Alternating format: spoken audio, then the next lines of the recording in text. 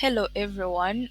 Today we are going to talk about types of information bias or misclassification.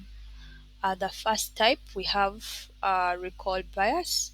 It occurs when the respondent doesn't remember things correctly.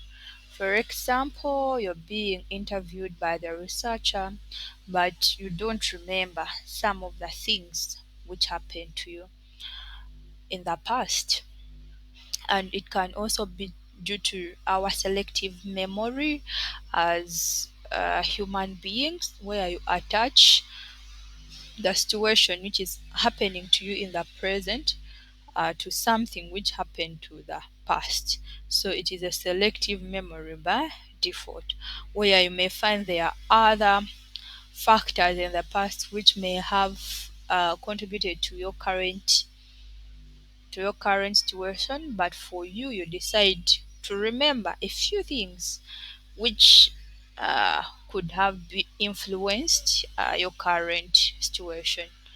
We also understand that as humans, as time goes, we forget. We may not remember some of the things which happened to us. So another type we have observer bias happens when the researcher subconsciously projects his or her expectation onto the research.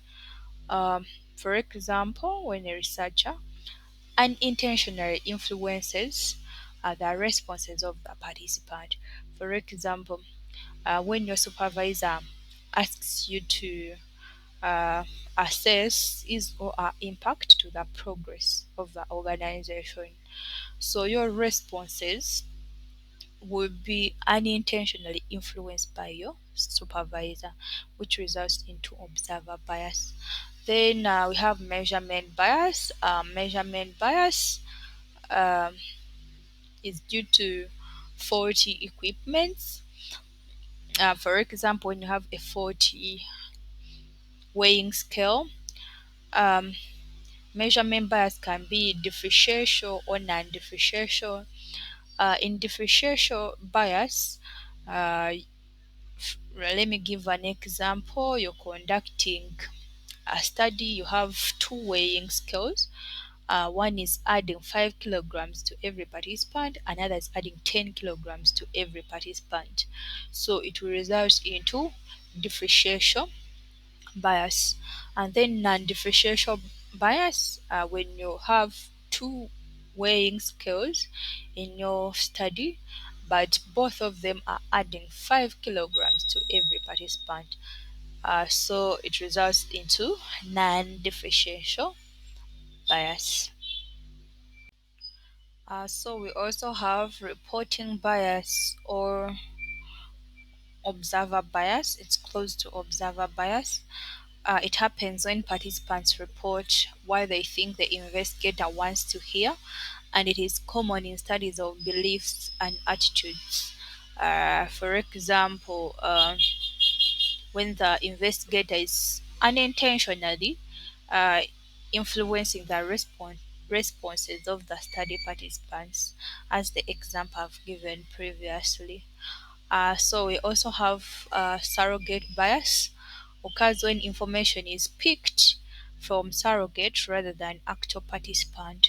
For example, in hospitals where you interview the caretaker rather than the patient, you may find that the caretaker is giving different information from what the patient would have given.